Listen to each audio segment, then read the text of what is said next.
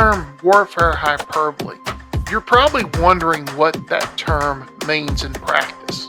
Well, in terms of hyperbole, specifically warfare hyperbole, first of all, warfare in the ancient world was brutal because it was infinitely more personal, simply due to how combat occurred. Sort of.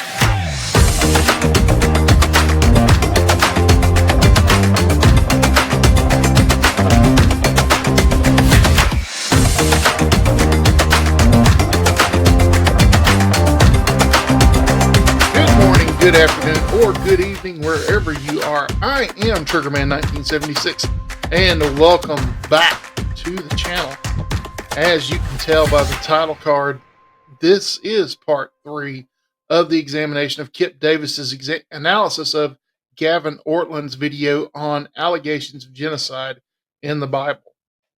Now, in part 1 of this series, we set out to define the topic. We set out to bring it together by defining certain terms, specifically the term of war rhetoric that is picked up by Gavin Ortland and stressed by him, and whether or not the term gets defined or not. In part 2, we started looking at the issue of language and how terms are used and how the texts themselves present the issue. And sometimes we actually, when we get into the text and see how terms are used mechanically, we discover how they need to be understood. Now, I also realized that part 2 was somewhat tedious and a bit of a slog through the nuances of language and technicalities, and it might not have seemed like we made a lot of traction there. And also, I want to note that as I was writing the script for this video and doing some more research, Kip re-released edited version of the original presentation, and there were some changes made that might not reflect some of what we're going to see in this video, because I did do a live recording of his video, and so part of that response is going to come out of there, and then it's going to split to the re-released, but I'll point those points out when we come to them. That being said, part 2 of my series, Kip was rather insistent when it comes to the use of the verb noun harem, karam, that needs to be understood in light of the cultic context. I noted those terms at that point, depending on whether it's in the verb or the noun form, always relate to an issue of status or state, and that what happens to that object or how it's treated isn't always defined in the text. The real issue then is, how does something being karam or something that's been haremed fit into the particular context of war rhetoric, which grows out of the cultural value manifested in what social anthropologists have defined as dramatic orientation, which is present in most, if not all, the cultures that inhabit the ancient Near East. We also need to ask whether these are integral or accidental or incidental aspects of particular narratives that we're looking at. Now, the reason why we need to think through that point is that it goes to Kip's question. Are the Deuteronomic war texts, such as what we find in Joshua and Judges, just warfare hyperbole? Now, I noted in part 1 that question seems to misunderstand Gavin's argument and could potentially create a misrepresentation. Now, we're going to begin by backing up just a little bit here in the video. If you saw the original live version, which this is about the hour 13-minute mark of that original presentation. It's a little bit on the long side, but we're going to sit back, we're going to listen to it, and we're going to hear what is said. And hear what Gavin has to say. Yahweh is the chief protagonist, and the enemy is renounced or devoted to him. In the Bible, what this really means is the connotations carried by harem, complete destruction, are decisive victory with the result of a comprehensive overturning of power or a redirection of purpose. But it doesn't mean a universal loss of life. And I think this is just really impossible to deny if you work through the text carefully. So I would argue that what Gavin is doing here is he's actually conflating the idea of Haram with the technical terminology. So while I would agree that many of the texts within the conquest narratives envision wars of total destruction, within this context, importantly, Haram is not always carried out. And here's one of the reasons I tend to push so hard on the importance of knowing the languages when conducting this kind of work is this. Like, you can read an English translation of the biblical text and see places where it says they were annihilated, they were totally destroyed, they were wiped out, they were exterminated, and these all sound like synonyms to you in English. But importantly, these are all different words in Hebrew, and some of these words, this one word in particular, haram, carries with it such a specialized cultic, sacramental meaning that it cannot be just interchanged with these other words. It doesn't really have any other synonyms in the biblical text. So what Gavin is doing is he's providing this false sense that these proscriptions, haram warfare, belong to the same categories of hyperbolic warfare rhetoric described in these other ancient Near Eastern texts that he mentioned above. And it doesn't. So I will go on to show more clearly what's going on with the haram texts. But at this point, Gavin now takes a minute to talk about... All right, so I want to stop right here because there is a lot of truth and there's a lot of error here. I noted in part 2 that if you're just reading the text, you might think that there is some semantic overlap with some of the words that get used in the text. I cited a specific example there. But what we need to think about is something that I brought up in part 1. When it comes to the elements of hyperbolic warfare, what are those elements? You've got, these are not an exhaustive list, but what you'll see are issues with the size of forces, how long a battle lasted, or how fast troops moved, differences in how the destruction is described, how encompassing a battle might have been, or even to whom a victory was credited. Now, something else I pointed out in part 1 was that the biblical texts are not merely a historical record. They're also a historical artifact. Now, when I say that, what I'm saying is they're not only recording events, but they're also recording how those events were chronicled in history. In reading these texts, we get to see how the various narrative elements are prioritized and how language is used to convey those elements, which gives us insight into the cultures themselves as historical entities. So, here's the question. How do we need to think of the use of this rhetorical form when it appears in places outside of strict historical narration, where there is some degree of history in view, but it's being used for a different purpose?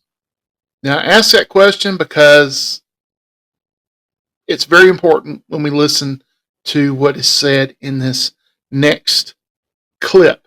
Now, I want you to remember everything he said at this point about other cultures and about other texts. This will come up later. I'll deal with it then specifically, but let's just continue. Text, which he thinks shows that the total destruction rhetoric appearing throughout the conquest narratives is all just totally hyperbolic. So let's see what he has to say here. So starting with Deuteronomy 7:1-2, this is an important early text we have this commandment. The commandment is devote these people to complete. So importantly, I'll just say this again.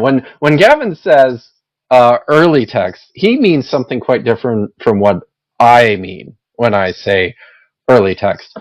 I suspect that he probably means this was written by Moses, where I would say Deuteronomy is not especially early, for one, and most likely dates to, or the earliest parts of it, I would say, date to the late 7th century. Complete destruction. This is talking about various of the Canaanites, and show no mercy to them. And then you'll find language a lot like this all throughout the narrative in Joshua, for example. And it sure sounds like, just in English translation on a first pass, it sure sounds like this is talking about, everybody dies. No survivors, right? But already right here out of the gate, the very next verse, if you just keep reading, there are these prohibitions against intermarriage. And so I'll put it up and you can see the juxtaposition here. And this already just raises some questions. So you see what he's getting at here, right?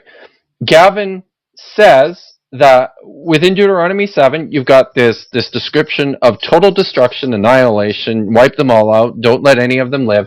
And this is followed by the mention that you are not to intermarry with them. So this raises for us, didn't mean to do that. All right, I want to stop here just because we need to ask, what could early mean? Could it mean that Gavin attributes Deuteronomy to Moses? Possibly.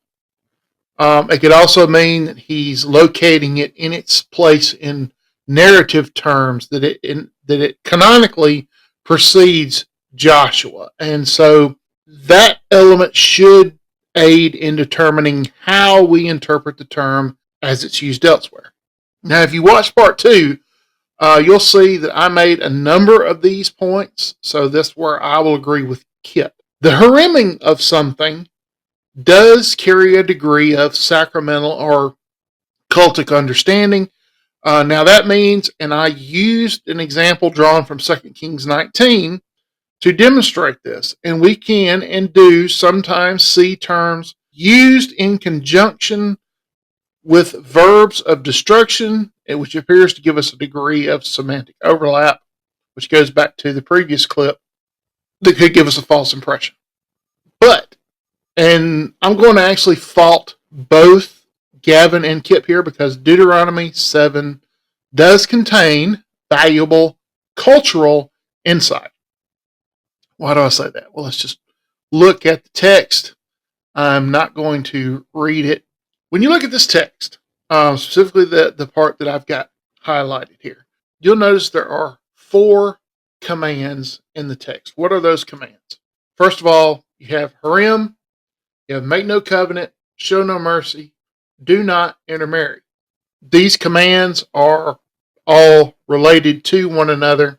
Back in part 1, I made the point that the reader is expected to understand that the people groups that are named are meant to be understood stereotypically, because these kinds of people have been haremed, have been classified as karim.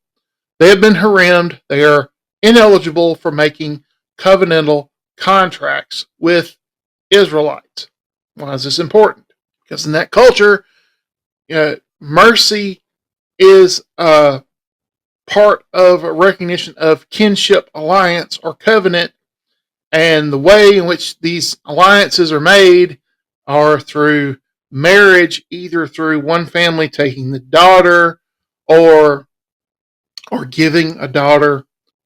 The writer is being extremely explicit, almost to the point of being pedantic here. Again, if you want to date the text late, you have a problem.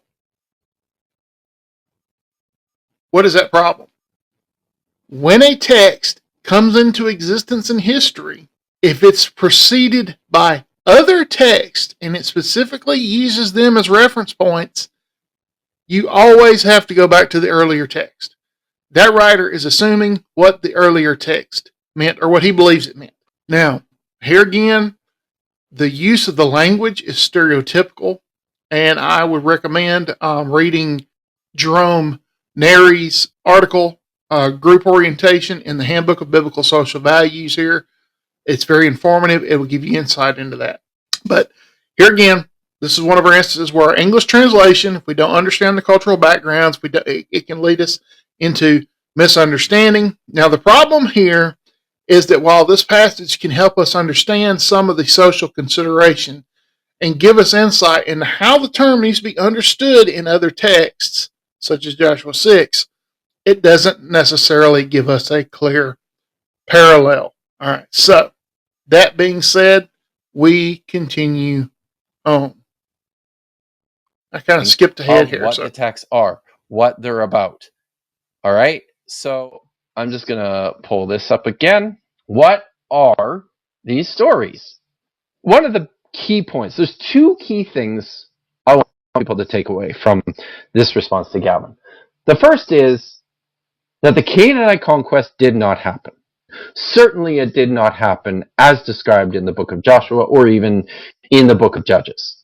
The second thing I want to communicate to people is the highly specialized nature this idea of cherem warfare. And we're going to talk a lot more about that as we continue.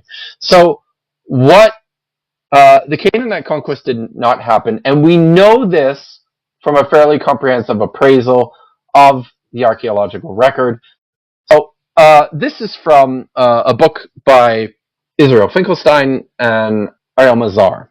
Here's what they say. This is a very basic short summary. There's literally hundreds and hundreds and hundreds of pages written about the conquest narratives and their proper historical framing. So here's what they say. Since the 1960s, it has become obvious that this was not the historical reality, talking about the conquest narratives. Archaeological investigations have shown that many of the sites mentioned in these conquest stories turned out to be uninhabited during the assumed time of the conquest, that is around 1200 BCE. This is the case with Arad, Heshbon, Ai, and Yarmouth. At other sites, there was only a small and unimportant settlement at the time, as at Jericho and perhaps Hebron. Others, like Lachish and Chatzor, were indeed important Canaanite cities, yet they were not destroyed as part of the same military undertaking, since approximately 100 years separate the destruction of Chatzor in the mid-13th century BCE from that of Lachish, which is in the mid-12th century BCE. At other sites, the archaeological evidence is even more meager. It is thus now accepted by all that archaeology in fact contradicts the biblical account of the Israelite conquest as a discrete historical event led by one leader. Most scholars of the last generation regard the conquest narratives as a literary work of a much later time designed to create a pan-Israelite national saga. Nonetheless, even this latter view does not exclude the possibility that certain conquest stories echo isolated individual historical events that may have occurred during the late 2nd millennium BCE, though perhaps not specifically in relation to Israel as a nation or to Joshua as a military leader. Other stories seem to be ideologies rooted in situations relating to the period of settlement. So, sorry. All right, so I think that's a good place to stop. Let's deal with the claim that the conquest did not happen. And to back up this, of course, he appeals to the archaeological record as it's presented in Israel Finkelstein and Ahimai Mazar in their book, The Quest for the Historical Israel. But before I make comment, let's look one more time at those elements that comprise warfare rhetoric. What are those elements? Number, speed, severity, extent, attribution. Now, point I made back in part one, and I just want to reiterate it here again, and earlier in this video, is that the biblical texts are not merely a historical record, they are a historical artifact. I keep having to say this. This is important because many of the archaeological conclusions that get made tend to ignore a number of factors, which includes either misreading the biblical text or just ignoring what it says entirely. They misread it, they assume it says things that it doesn't, or they insert things into the text that it doesn't actually say. Why is this important? Let's look at Kip's source on this matter, which is the Quest for the Historical Israel by Israel Finkelstein and Ahimai Matsar. In regard to the conquest, the specific chapter that's being quoted is an essay by Matsar where he writes, "Destroyed cities are something archaeologists should be able to discover." And that's true. But what does it assume? It assumes that every city was destroyed in equal terms. Destroyed. It never bothers to ask what the writer means by when he says destroyed. This is a problem we run into in other texts, other historical texts, where the terms become, again, collective or stereotypical in references to people. For example, there are times when the Hebrew, and this is a different word, the word that gets translated as land or earth isn't always referring to the dirt or the planet. It's referring to people, the people that inhabit the land. Similarly, the word city in the original language is one of those times where it doesn't refer necessarily to the structures, but to the people who live in them. So the occupants. So a city could be destroyed by depopulating it. In fact, Deuteronomy 6 seems to operate on this supposition when it says, "When the Lord your God brings you into the land, he swore to your ancestors, Abraham and Isaac and Jacob, that he would give you a land with large and beautiful cities that you did not build, houses full of every good thing that you did not fill them with, cisterns you did not dig, and vineyards and olive groves that you did not plant." Why is this important?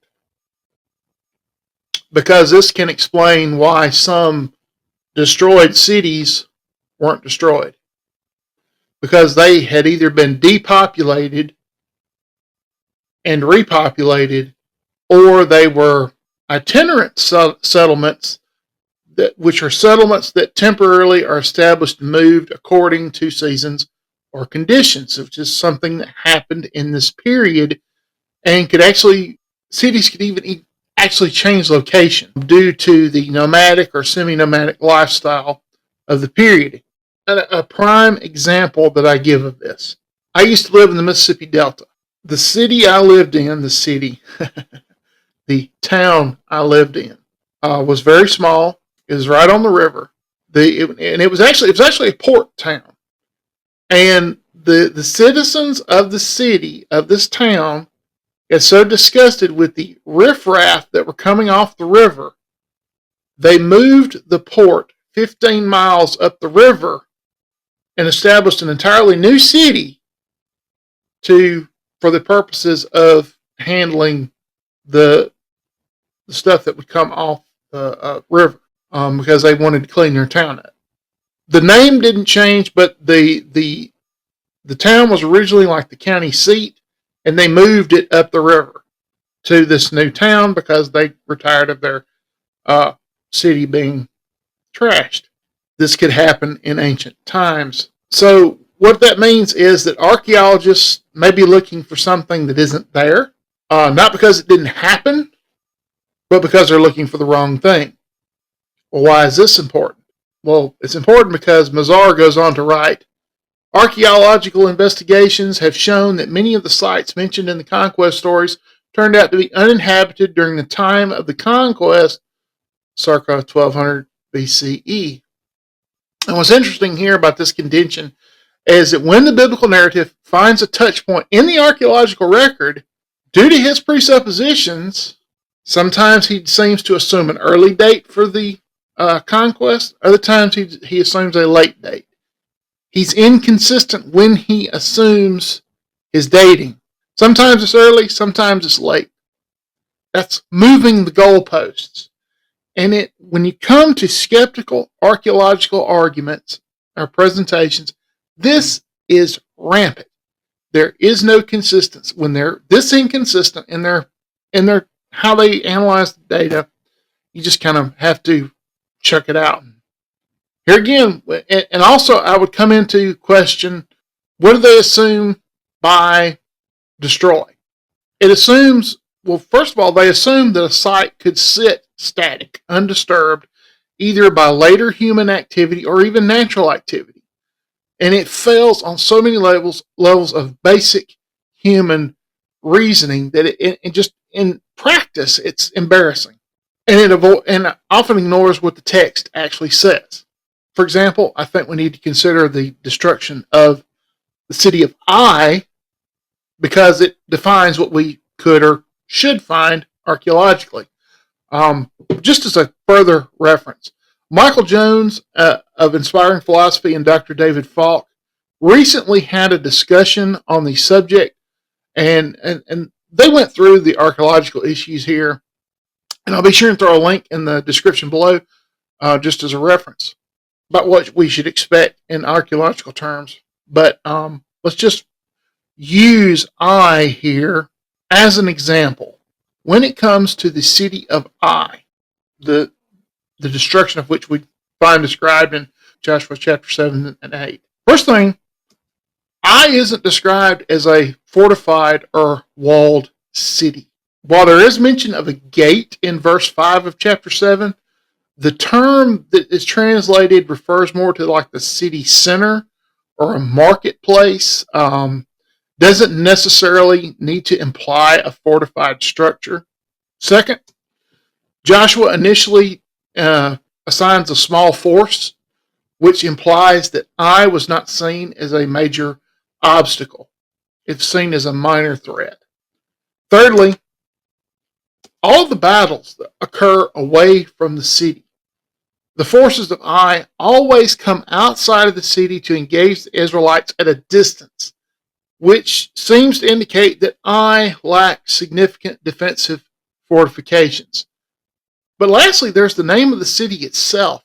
Ai means heap of ruins, which can itself contribute to some of the difficulty. What we can ascertain from the description is Ai was not a major fortified city at the time.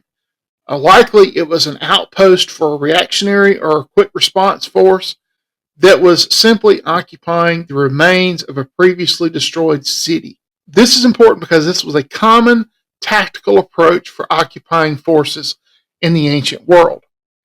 So before one simply dismisses Joshua as fiction, one needs to ask whether they're reading the text correctly and then tailoring their expectations to meet what the text can support. Here again, though, we have to ask whether or not we're paying attention to the defining characteristics of warfare rhetoric, which once again are an exaggeration of number and speed and severity and extent and attribution. And more importantly, what these mean when they're brought to the text. Whether the critic is accepting or ignoring the use of these tools by the original author is what's in question.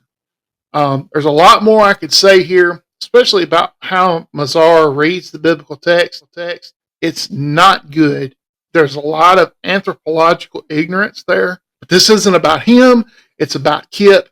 And so we'll move along. And also, I want to note from this point forward that timestamps will reflect the more recently uploaded video and not the original live stream. The stories and prescriptions for annihilation of foreigners, as in the book of Joshua, are set in context, I would say, of radical religious reform. Something like the Deuteronomistic reforms of Josiah in the 7th century. Incidentally, the name of the king is Yoshiyahu, which is not the same, but phonetically very similar to Yehoshua, the name of the leader of the conquest of Canaan. Tracy Lemos, read a bit from her article earlier, has argued that massive increases in population density in the 8th century resulted in land scarcity, and that this was comparable to the lead of the Rwandan conflict, and this is where she situates this type of literature. She says, we have then archaeological evidence population increases that in all likelihood decreased the amount of land available for most households. Textual evidence for land seizures by elites as resources became more scarce, what social scientists would call resource capture, and both archaeological and textual evidence for markedly increasing social stratification. All of this was occurring in Iron Age too, just as the rise of the Assyrians placed increasing pressures on small polities of the Levant. It would not be surprising for increasing population and decreasing resources to lead to tensions of various kinds and to competition between groups. And again, biblical texts and other evidence seem to apply amply to attest to this. The political situation created by the Assyrian destruction of the northern kingdom, it created this atmosphere of land shortage through which something like the conquest narratives could emerge. Prescription for the annihilation of foreigners. What's the problem with that statement? First of all, foreigners are still coming and living in the land. And then again, the issue is not with people per se, but with the ideas and habits that people bring with them. While I am completely willing to concede a likely 8th century date for final composition, which would include its popularization of the book that is called Joshua, we also have to deal with the fact that Joshua references other works for its content. Example, Joshua 10:13, where the book of Jeshar is mentioned, or Yeshar. I've got a video about that. You can see it here. Also, we need to remember that in part 1, I noted that, again, I have to keep bringing this up, the names of particular people or groups are often used for more of a stereotypical and not necessarily referring to actual persons. And so it could be tied to religious reforms. Tracy Lamos. I noted in part 2 that her article has a number of problems, historical, analytical. It just, when she makes her argument, she makes some interesting points that I just don't. You can go back and see there the issues I had with it. Hareming, again, doesn't determine what happens to something. When we look at parallels of expansion, we look at Assyrian literature, when we look at the Mesha Stele, one of the things that we have to remember, this is not necessarily about resources. Sometimes it is, sometimes it isn't, which is things we need to remember as we go forward. I'm going to skip ahead a little bit because, in my opinion, Kip kind of goes off on this tangent where he brings in something about the book of Ezra and tries to draw some strained parallels. Again, this is from the re-uploaded version, and so those timestamps will reflect that. The legitimacy of this question of, like, what does that really mean? Complete destruction, harem warfare, ratchets up further when you go through Joshua and Judges, because over and over and over you see that the people who are utterly destroyed or haremed keep popping up. They're still there in that same region. So looking through Joshua, the first 5 chapters of Joshua are kind of preparatory. The people are crossing over the Jordan River. Joshua is commissioned. There's the spying on the land. They're circumcised. There's the Passover. And then the key military offensives are in Joshua 6 through 11. This is that key textual unit. Joshua 12 summarizes all the kings that were destroyed. And then Joshua 13, to the end of the book, is describing the various allotments of how the land is divided up and so forth. it really sounds like they are successful in taking the land in those chapters. Later in the book, we read that not one of all their enemies withstood them. Okay, that's talking about these battles in Joshua 6 through 11. And at the end of this section, chapter 11 ends saying that Joshua took the whole land according to all that the Lord had spoken to Moses. And Joshua gave it for an inheritance to Israel according to their tribal allotments, and the land had rest from war. So it sounds like what God promised to the patriarchs, what God commanded through Moses, now has been executed through Joshua. Then you get through the list of defeated kings in chapter 12, and chapter 13 picks back up. You fast forwarded till where Joshua is older in life, and you see in verse 2, this is the land that yet remains. And in fact, in verse 1, it says there's very much land still to possess. All right, so I want to pause here for a minute. What Gavin is arguing is that because there are what he sees as these inconsistent descriptions of places where certain enemies are totally annihilated, but then show up later, he says that this is just a clear indicator to us that all the language here is hyperbolic. We'll get into that, and I'll show why this isn't such a clean argument. Also, remember what I said about the different sources that we're dealing with here in terms of the biblical text. Just keep that in mind. So now he pulls up this one example here, and this is important. He talks about Joshua 13, 1-2, which talks about how all the regions of the Philistines still remain. Now, in Joshua 11, 21-22, we read this about the Philistines. It says, Joshua went at that time, and he cut down the Anakim from the mountain, from Hebron, from Debir, from Anab, from all the mountain of Judah and the mountain of Israel. With their cities, Joshua offered them up for Cherem. No Anakim remained in the land of the sons of Israel. But then the text goes on to say, only those left were in Gaza, Gath, and Ashdod. This is the territory of the Philistines. So I reject this as an internal inconsistency in the book of Joshua. Joshua's victory was over the Anakim throughout the territory of Israel. Importantly, they did not defeat any of the Anakim who were in the Philistine cities, in Gaza, Gath, and Ashdod. And then what's interesting is it describes a lot of the regions that have already been haremed, or totally destroyed. Yes. He's going to get to some more of these examples, what he sees as clear examples of this inconsistency, but I'm just going to point this out again. Most of the time what he's dealing with are different sources. He's conflating these two traditions, this tradition of extermination in Joshua and this tradition of much slower conquest and expulsion that appears in the book of Judges. He's attempting to put them together, right? Well, no, this is not how this works. These are different traditions. So of course they're going to say different things about the places that were conquered. I'm just going to read. All right. So first things first, credit where credit's due.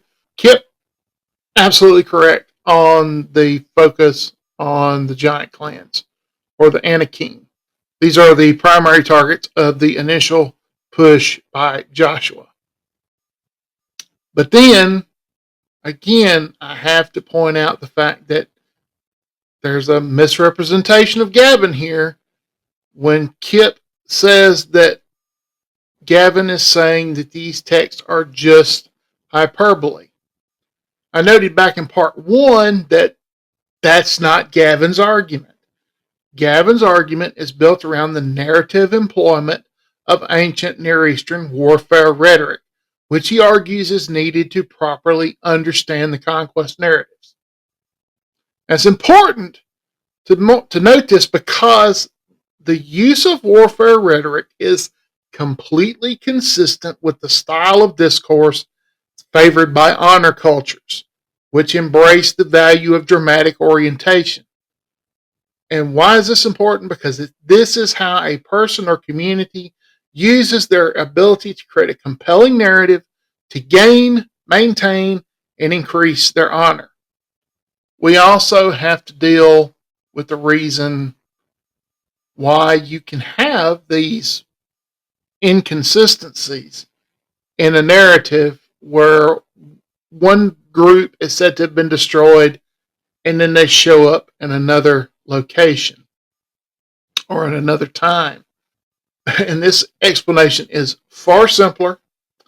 It's far more direct. It doesn't require this multiplication of entities that scholars like Kip have to engage in. It's very, very simple. And it's completely consistent with the type of rhetoric that's employed by the authors of Joshua and Judges. And we have an example of this in very recent history.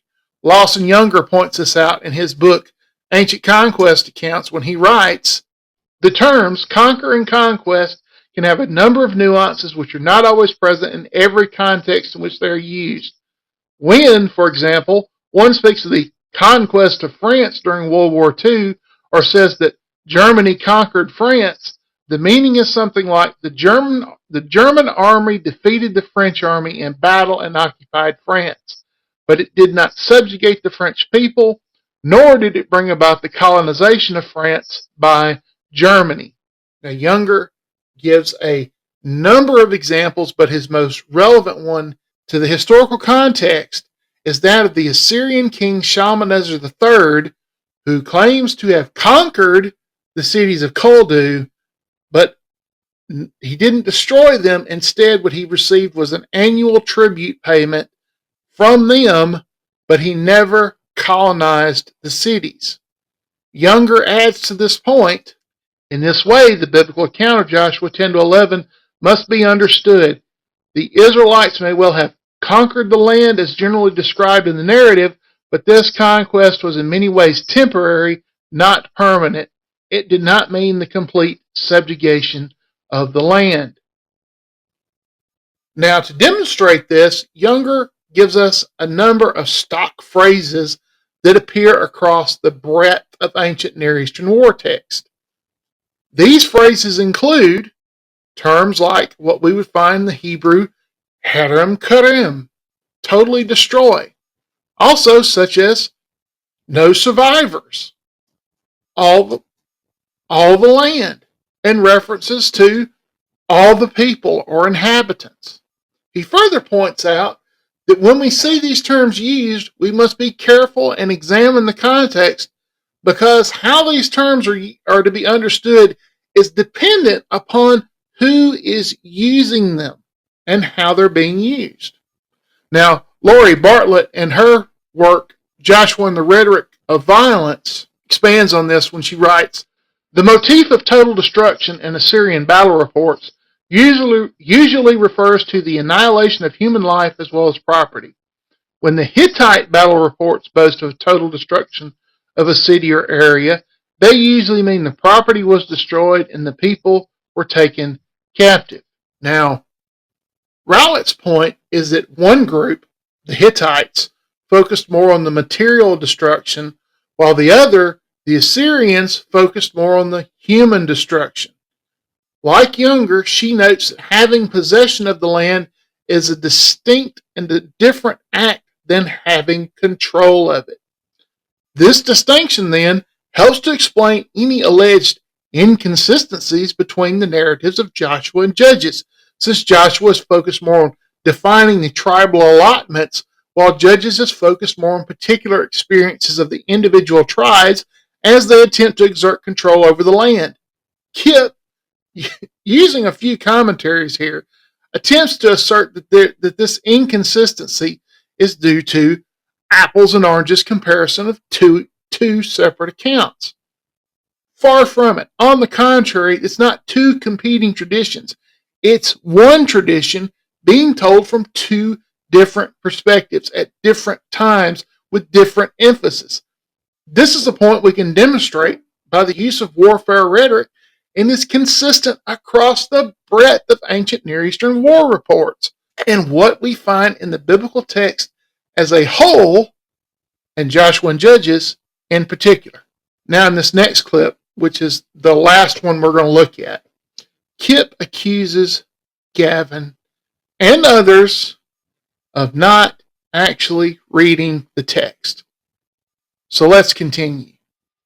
They don't actually read the texts. It's really bad, people. Take the city of Hebron, for example. Back in Joshua 10, it says, Joshua and all Israel went up from Eglon to Hebron, and they fought against it and captured or I think it's Hebron, and struck it with the edge of the sword and its kings and its towns and every person in it. He left none remaining. And as he had done to Eglon and devoted it to destruction and every person in it. There's the claim. Every person in Hebron, none remaining. That's Joshua, right? That's one version Every of the person story. is to the sword. Well, you just pick up in the book of Judges and verse 10, Judah went against the Canaanites who lived in Hebron. And this is what, now you might say, oh, well, it was retaken. They took the land. This is what people try to say. They took the city, and then in a very short window of time, when Joshua dies, now it's been recaptured and they have to fight, so it's back and forth. People try to. Or we could say the sensible thing that Joshua is one version of this story, and Judges is entirely another version of the story, and they don't line up. That seems more likely. To see that. This starts to strain plausibility when it happens to the same over and over and over to all these different regions. This is the case with Jerusalem. This is the case with Deborah. So back in chapter 10, it says, verse 38, Joshua and all Israel with him turned back to Deborah and fought against it, and he captured it with its king and all its towns, and they struck them with the edge of the sword and devoted to destruction every person in it. He left none remaining, just as he had done to Hebron, and so forth. Well, up ahead in Judges 1, the same thing. They're having to fight against the inhabitants of Deborah. Again, it doesn't seem like there's no mention of it being recaptured or something like this. Right. Again, because Joshua is telling one story, and Judges is telling another story. It happens over and over and over and over. It happens within the book of Joshua itself. Chapter 12 says that they defeated the Jebusites, but then you keep reading, and chapter 15 says they didn't defeat them fully, and they dwell there to this day. You keep reading in the historical books later in the Bible, and you see the Jebusites popping up during the reigns of David and Solomon. So, with regards to Jebus or Jerusalem, one of the things I think is really important to note is that this is one of the cities in the conquest story that is in Joshua that is not subject to the Herem. There is no Herem offering in the conflict with the Jebusites. This is a really important distinction, and I think this helps to alleviate some of what we see as an inconsistency as it appears in the book of Joshua. Book of Joshua chapter 10 includes the Gaza territory as having all that breathes devoted to destruction. He left none remaining, but one chapter later, there's still people who are there. In that text, one of the other difficult things when it comes to understanding these texts today is that some of the statements that are made with regards to the activities of the Israelites are specific and targeted to specific cities, but then there are a few places where these summary statements, which go something like, Joshua, he swept through the hill country in the north and the south, and he committed everything to total annihilation and destruction. He offered everything up to Hedom from as far as Carmel in the north to the Negev in the south. I just made that up, but it's very similar, these sorts of summary statements, and I think that's what's happening here. It appears to be kind of a geographical summation of the totality of destruction of the entire territory. But, as we noted earlier, Gaza is part of the Philistine holdings. So none of Gath, Ashdod, and Gaza, the Philistine cities, appear to have been directly attacked or destroyed in the conquest narrative. Gath is mentioned as, sort of the boundary of the extent of Joshua's conquest activities in chapter 11. But I don't think we can take that to mean that the author intended to communicate that all of Gath was part of the Hedom. All right, so I'm going to pause it right there because this kind of, he's setting up for part 2 of his review of Gavin's video. There's a lot here. Lot. Especially his accusation that people are not reading the text. There's some adjectives that I can add that describe Kip's own handling of the text. For example, Kip is not reading the text holistically. He treats the text like it was created in a slapdash manner, and it has no sense of internal consistency. Also, he's not reading the text literarily. There seems to be little concern on Kip's part about the genre or the rhetorical forms that are employed by the writers. Lastly, he's not reading the text critically. Sure, he's criticizing the text, but he's not reading the text closely with eyes peeled for narrative cues or even pointers. Throughout this examination, I've tried to be consistent in this point that when one engages with the biblical text, there should be an expectation and a realization that the text was not written in terms that we as modern Westerners necessarily recognize or expect. When we read the text in translation, and when we do that, sometimes the subtle cues that is in the text that would be part of a oral culture like that of the ancient Near East gets obscured. There would be a lot of repetition. There'd be a lot of mnemonic clues, devices that get used that are primarily used in a oral literary culture. And our tendency to use synonyms, while synonyms were used in the ancient world, they weren't nearly as prevalent. So our tendency to use synonyms can sometimes obscure what was originally being said. Another thing, how terms are translated. For example, harem can be misleading, but harem or karam because there tends to be they've been translated a certain way, and that method of translation has been fair, that they've used the same, but it obscures the nuance that is available in the original language. Now, I'm not going to fault translations because as good as they can be, in terms of mechanics, they can unintentionally hide information that's readily evident in the original language. And I think this is the text of Joshua 10:36 and 37, and Judges 1:10 gives us such an example of this bug in translation. Joshua 10:36, then Joshua and all Israel went with him from Eglon to Hebron, and they fought against it and captured it and struck it with the edge of the sword and its king and its towns, every person in it, and he left none remaining as he had done to Eglon, and devoted it to destruction and every person in it. Similarly, and Judah went against the Canaanites who lived in Hebron, and now the name of Hebron was formerly Kiriath Arba, and they defeated Sheshai, Ahiman, and Talmai.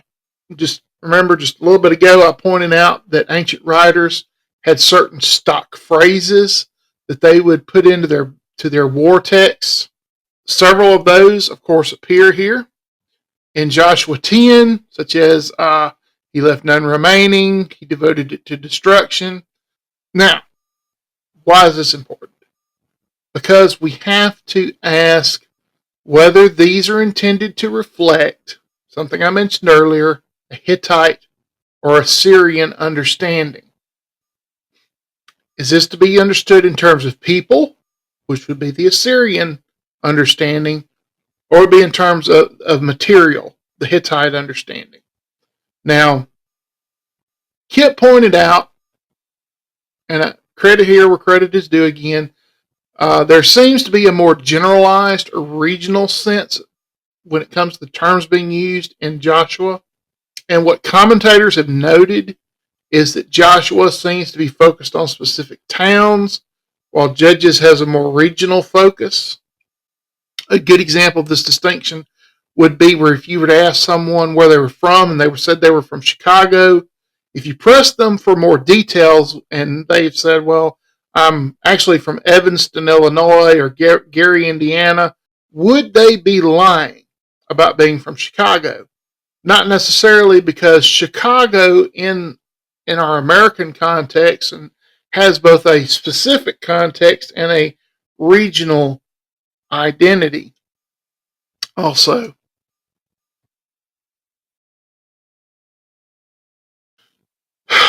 In Judges 1:10, you see I got the phrase "who lived in Hebron" highlighted. When we look at the form of the verb that's used here, the verb could easily be translated as remained.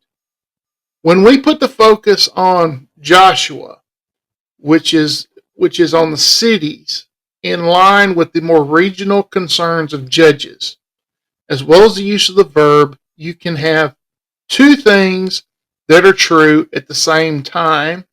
Joshua destroyed the city, and at the same time, there could be people who remained in the area. At the same time, the city could not technically be destroyed, but the people could be driven out. Now, I want to assert and insist that Kip's position here unnecessarily multiplies entities. When we take both texts at face value in accordance to their literary genre and how they use language, exegesis, this means that we need to differentiate between the Israelites taking possession of the land and then attempting to exert control over it. They take possession in Joshua, they attempt to exert control in Judges.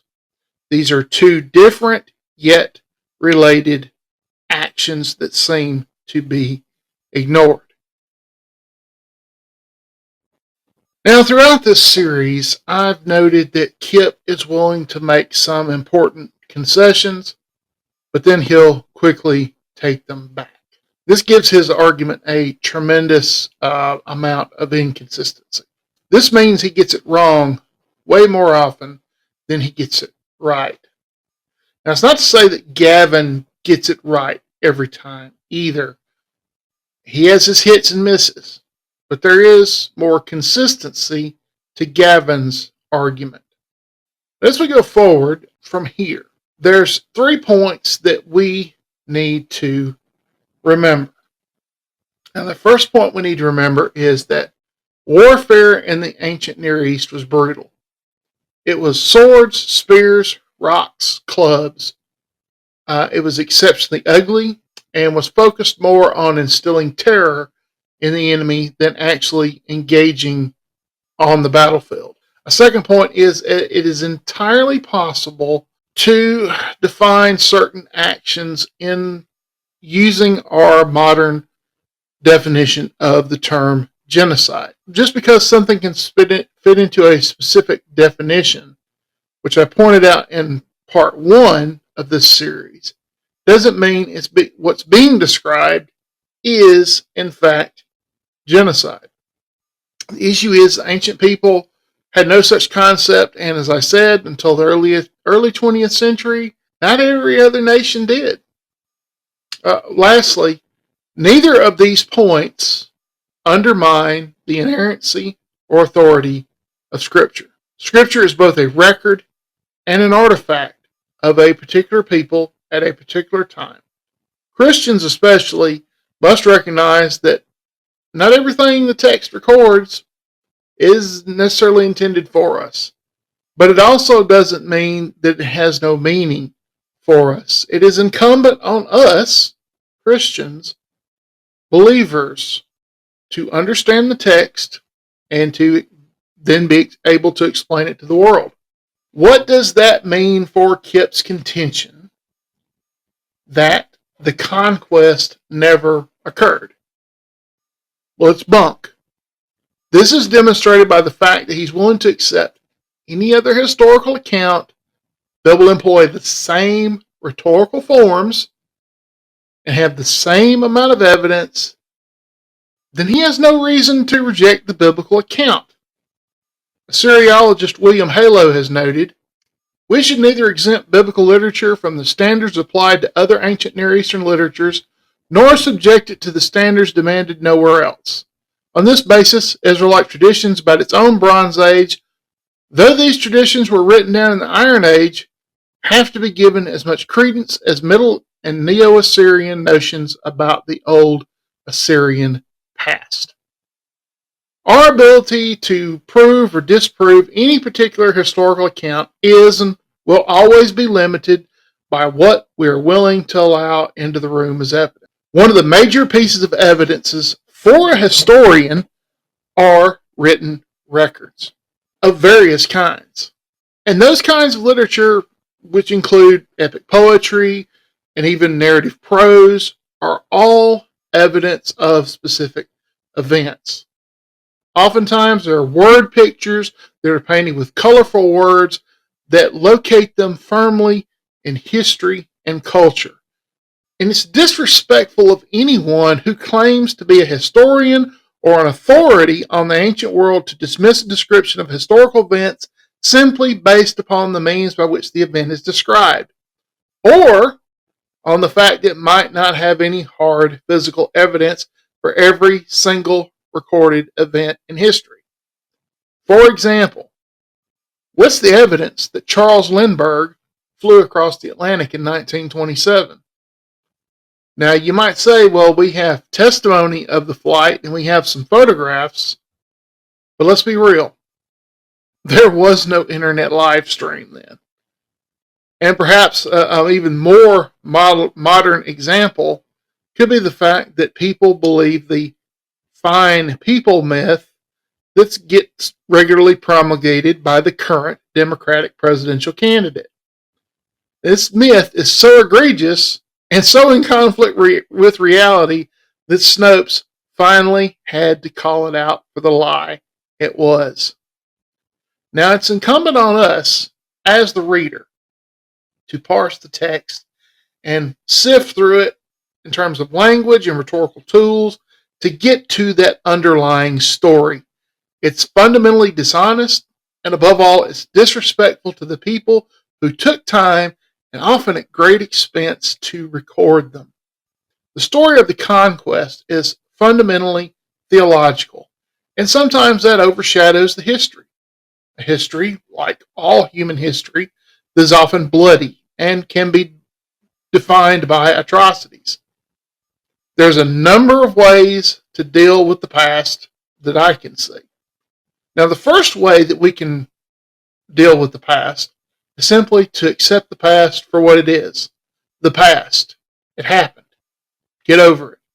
Recognize that you are in no position to judge the actions of the people in the past, because one day you'll be judged by your actions by a different set of standards. Now, the second way is to judge the actions of the past in accordance with the standards of the past. There were different expectations, and just as there are different expectations now, and they that recognize that they operated in line with theirs as we do with ours. In that case, you'll be charitable and understanding of them, and hopefully someone in the future will be charitable and understanding of you. Now, lastly, we can judge the past unfairly. We can demand that those people act in accordance with what we believe now, and if they don't, then they deserve to be condemned. Now, this last one, that one right there, that is the least empathetic and most hateful position that a person can take, just in case anybody's wondering. So, what is my overall take on Kip's video? I think my thumbnail from part 2 sums it up nicely. He only gives his viewers half of the necessary information. And when he does this, it becomes very misleading and very biased. He hides behind this biased scholarship and just a simple misrepresentation of the facts. I have no doubt that I'll be accused of bias, and I admit that I'm biased.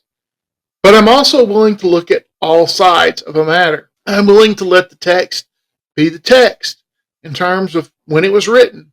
That means that I have to treat the biblical text consistently, in accordance to its genre and rhetorical form as a historical artifact. If Kip was totally consistent in his approach, he couldn't believe any historical account. But he's not consistent. And I believe a close examination of his arguments, like what we've done here in this series, demonstrates that fact rather conclusively. Now, like I think I've mentioned this before, that Kip has released part 2 of his examination of Gavin's video. I haven't watched it, and all I can say is if it's as bad as part 1, if you'd like for me to review it and walk through it and see what's up with it, you can leave a comment below. I might get around to it. All that being said, I'm Sugarman1976. Thanks for watching. You can follow me on X and Instagram at Sugarman1976. If you like what I'm doing here and you want to support me, the best way you can do that is go over to Amazon, pick up a copy of my debut novel, A Turning of Shadow. It's available in paperback and on Kindle. If you aren't subscribed, please hit that subscribe button below. If you enjoyed this video, smash that like button, share it with your friends, and until the next time, friends, God bless.